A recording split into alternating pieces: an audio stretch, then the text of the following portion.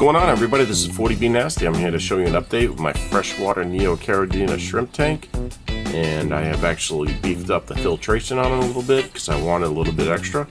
If you notice, there is another filter right there. It's a hang off the back. It's a Top Fin 10, and this has a pre-sponge filter to it. It is a Floval Edge, and it fit on there perfectly, so I was really happy about that. I picked up another plant, so that's also going to help with some other things that are beneficial. Picked up some almond leaves. Also, I picked this up because I kind of liked it. It was a Dragonstone, and with the Dragonstone, it's not going to raise the pH because it's more of a clay, and it actually might attribute to actually putting more calcium into the tank, which I would like to have, and which will bring up the hardness in the tank. Right now, my tank is only at 0.120 TDS, which is total dissolved solids. So I'm trying to raise that up. This tank is very new, so there's only that filter basically that's been cycled, and with this one I have that pre-filter right there, and on the top I'll show you real quick what I got going on. This is an adjustable valve for the flow. Pop that open. You notice there's a big sponge in there. I cut that out perfectly to fit in there, and that's just going to hold more beneficial bacteria to colonize, and that's just actually going to help break down ammonia and nitrites to nitrates, which is your okay part of your nitrogen cycle. It's the least toxic of the form. And right here I do have the Aquatop. It's a 50 to 100. It's got an adjustable valve on the top. I have that going into a T-line right here. And there's a valve check right here at the bottom of this 4-valve. The reason why I'm using a 4-valve is because I had it prior to it when I was running some baby brine shrimp breeder tanks, like little hatcheries. And this line right here is this line, and that's what runs down. Give me a second, I'll show you real quick. Which is that line that runs down the pipe to the sponge filter. Now, when that air is getting pushed down that line, the air is getting brought up, and that's just actually going to cause a suction inside these sponges, and that's actually going to help when it's drawing in the water into the sponge. It's going to have to go through all the beneficial bacteria that's colonized in there, and that's actually going to break down your ammonia and your nitrites too as well, with the nitrosomonas, which is what breaks it down to nitrites. Then you have nitrobacter or nitrospira, which is what breaks it down to nitrates. So the longer this tube is, actually the more suction you'll have.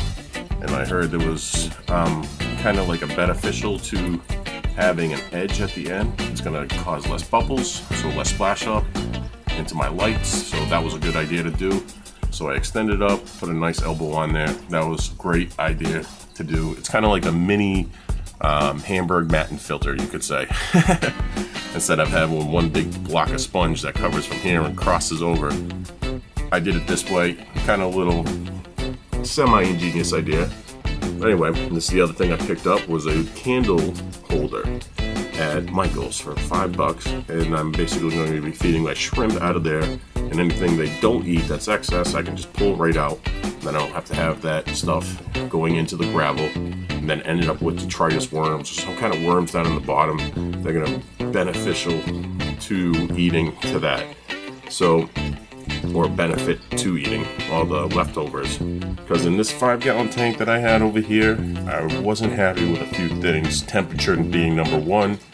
As far as the snails, I had to get away from them as far as being in the tank. As you can see, even on simple transfer, I ended up picking up some more pond snails right there in the back as well. There's another one over there, but onto the shrimp.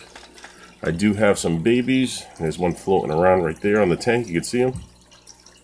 And they are sun-kissed Neocaridinas, all the babies that I have in here.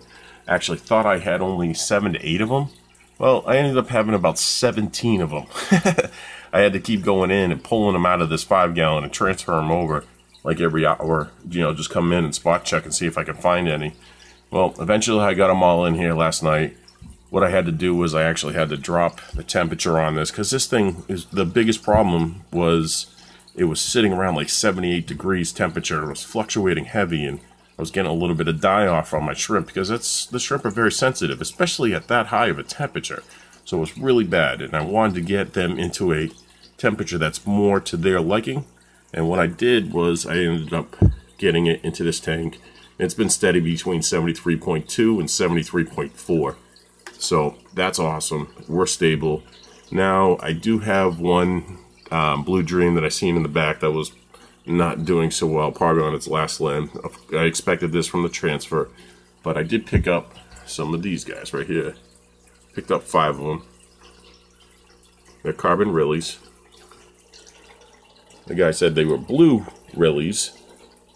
Not exactly where you get blue, but they're really, really nice. They do have a slight blue hue to them. But they were cheap. They were on sale because it was Black Friday, so I couldn't go wrong. Plus, I wanted to get out for the day, have a nice little travel day, and kind of just enjoy what I like to do, and that is enjoy this hobby of whatever style it is.